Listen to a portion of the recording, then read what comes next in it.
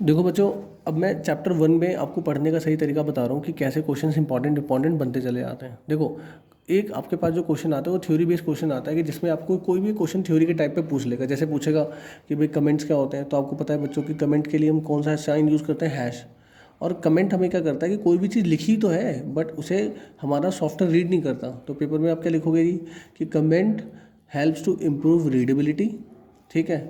Second point, compiler never read this, ignore it. तो उसको ignore कर देता है, तो हम रीड भी कर लेते हैं और कंप्यूटर से इग्नोर भी कर देता है। तो ये होता है कमेंट, जिसका साइन होता है हैश। ठीक है। एक्चुअली कमेंट दो तरीके के होते हैं बेटा, एक होता है सिंगल लाइन, एक होता है मल्टीपल लाइन। ठीक है। तो हैश तो सिंगल लाइन है। ठीक है। तो हम क्या कर सकते हैं, ट्रिपल कॉट्स यूज़ करते हैं। जैसे मान लो कि मुझे मल्टीपल लाइंस को कवर करना है, तो लाइन की स्टार्टिंग में मैं ट्रिपल कॉट लगाऊंगा, फिर मल्टीपल लाइंस होंगी, जहाँ पे लाइनें खत्म होंगी उनके एंड में ट्रिपल कॉट्स लगा दूंगा। तो ये मेरा मल्टीपाइन कमेंट्स हो जाएगा। राइट। तो नॉलेज के लिए पता होना चाहिए। देन सेकंड, देखो बेटा, अब यहाँ से क्वेश्चन बताता हूँ, क्वेश्चन कैसे बनते हैं। वेरिएबल सबको पता है कि जो वैल्यू अपनी चेंज कर सकता है, that non is variable. Right. एक एग्जांपल देके बताना हमेशा। पेपर में कोशिश करो कि एग्जांपल, पेपर सवाल भी ऐसे ही पूछता है कि भाई कि what is this, explain with help of example. तो बच्चों आपको ध्यान रखना, जब भी आप तैयारी कर रहे हैं तो एग्जांपल के साथ पढ़ें। ठीक है। तो वेरिएबल जैसे मान लो हमने बोला ए की वैल्यू 10 है, फिर मैं नेक्स्ट लाइन में लिख देता हूँ मैं कि ए की वैल्यू 20। ठीक है। अगर मैं अब प्रिंट करूँगा तो ए की वैल्यू मुझे 20 मिलने वाली है। तो ये होता है वेरिएबल जो वैल्यू चेंज कर सकता है। राइट। इसका अपोजिट क्या होता है, कांस्टेंट।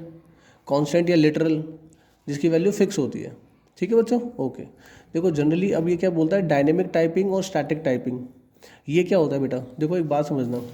मैंने पाइथन में आप लोगों को बताया था कि जैसे अगर मैं a इक्वल्स टू 10 लिखता हूँ, तो अगर मैं प्रिंट ए करूँगा तो स्क्रीन पे 10 प्रिंट हो जाएगा। बट अगर मैं ए इक्वल्स टू अमर लिख दूँ तो ये अमर भी हो जाएगा।